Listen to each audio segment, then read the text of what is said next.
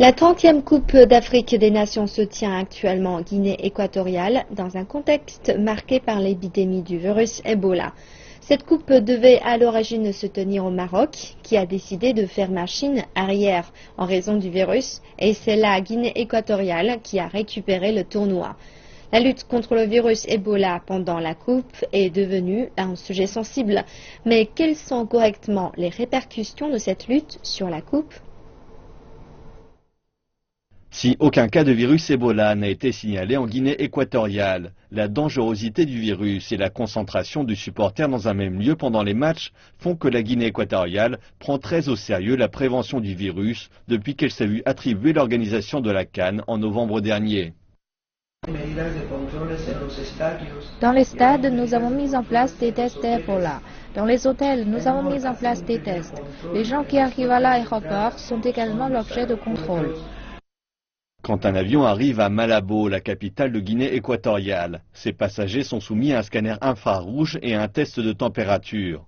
La CAN demande également à toutes les équipes participantes de passer par Malabo et de ne pas se rendre directement dans la ville où elles jouent afin de subir des tests.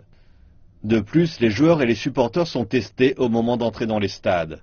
Afin d'empêcher la prolifération du virus, le gouvernement de Guinée équatoriale a construit 3 centres de quarantaine, protégés par des fils barbelés et divisés en 3 zones. Si un des patients meurt, son corps sera incinéré dans la 3e zone. Le gouvernement a également embauché 50 médecins cubains pour lui venir en aide et à Malabo, un centre de test a été officiellement lancé la veille du coup d'envoi du tournoi.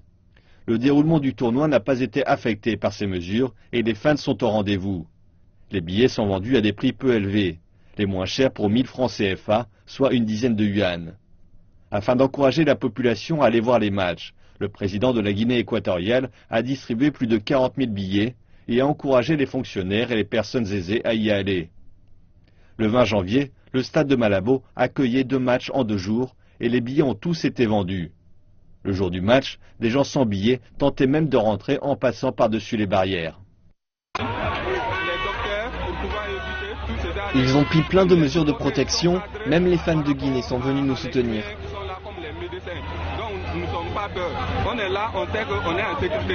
Le président de Guinée équatoriale avait auparavant annoncé qu'il n'y aurait aucune discrimination envers les fans des pays infectés d'Afrique de l'Ouest.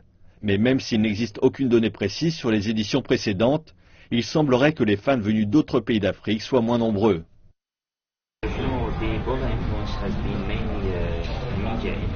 Le virus Ebola n'a pas eu de conséquences apparentes sur la Coupe d'Afrique des Nations et les médias qui la suivent peuvent témoigner que les stades sont pleins. Nous avons plus de supporters qu'en 2012, il n'y a aucun problème avec Ebola, ce qui montre également que les gens ne sont pas intimidés par le virus. Il faudra donc plus qu'un virus, aussi dangereux soit-il, pour perturber la tant attendue Coupe d'Afrique des Nations.